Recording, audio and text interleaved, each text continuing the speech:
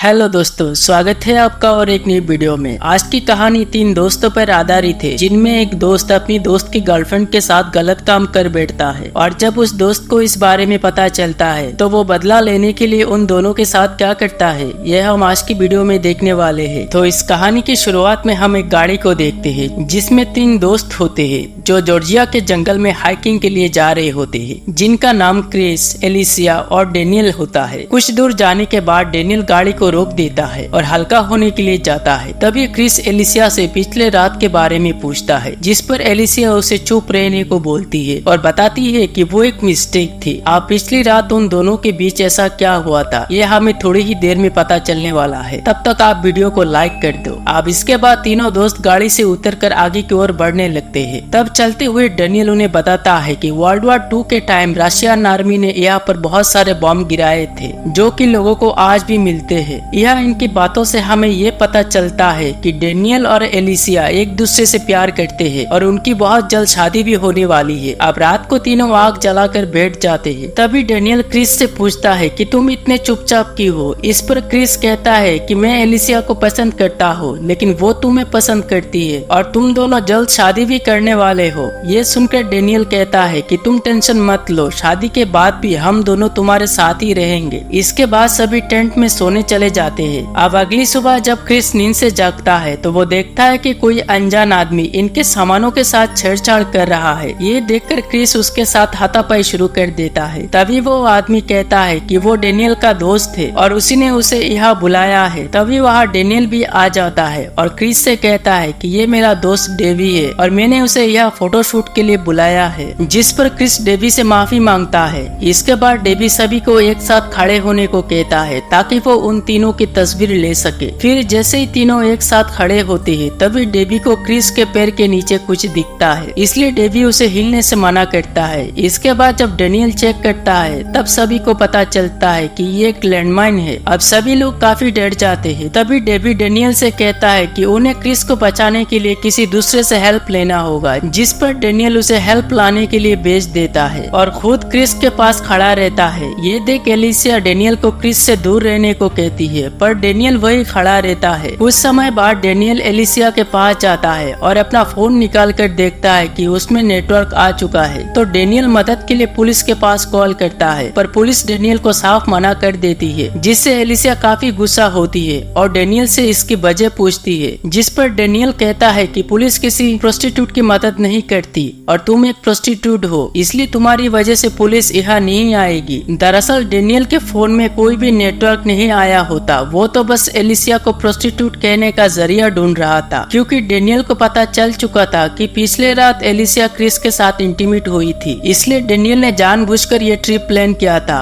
और क्रिस के पैर के नीचे लैंडमाइन भी लगवा दिया था ताकि वो इन दोनों से बदला ले सके। एलिसिया उससे माफी मांगती है, पर वो उसकी एक नहीं सुनता और जंगल के अंदर से एक फावड़ा लेके आता है और एलिसिया को देकर कहता है कि तुम ही सिर्फ क्रिस की जान बचा सकती हो। इसके लिए तुम्हें यहाँ एक बड़ा सा गड्ढा खोदना होगा, जिसके अंदर कूद कर क्रिस अपनी जान बचा सकता है। इसके बाद डेनियल लैंडमाइन की पिन निकालकर उसे जंगल में फेंक देता है और अपना बैग लेकर यहाँ से जाने लगता है। एलिसिया उसे रोकने की कोशिश करती है, पर डेनियल उसकी बात नहीं सुनता और वहाँ से चला जाता है, क्योंकि रास्ते में डेवी उसका इंतजार कर रहा था। दूसरी तरफ एलिसिया उस लैंडमाइन की पिन को ढूंढ लेती है और उसे लैंडमाइन में लगाने की कोशिश करती है, पर वो पिन को नहीं लगा पाती। अब दूसरा कोई रास्ता ना देख उसे वहाँ गड्ढा खोदना पड़ता है। तभी वहाँ पर एक शिकारी अपने कुत्ते के साथ आता है, जो एलिसिया और क्रिस को वहाँ देख लेता है। तभी उसका कुत्ता क्रिस पर हमला करने वाला होता है, पर वो शिकारी अपने कुत्ते को रोक लेता है। इसके बाद वो इन दोनों पर बंदूक तान देता है। ये देखकर एलिसिया उसे समझाने की कोशिश करती है कि क्रिस का पैर एक लैंडमाइन पर है, लेकिन वो आदमी एलिसिया की बातों पर विश्वास नहीं करता, क्योंकि उसे लग रहा था कि ये दोनों खूनी है और वो किसी को यह गड्ढा खोदकर दफनाने वाले है। पर एलिसिया के काफी समझाने के बाद वो आदमी उनकी बात मान जाता है। दरअसल वो शिकारी जंगल के पास एक सिटी में रहता है। अब वो शिकारी इनसे पूछता है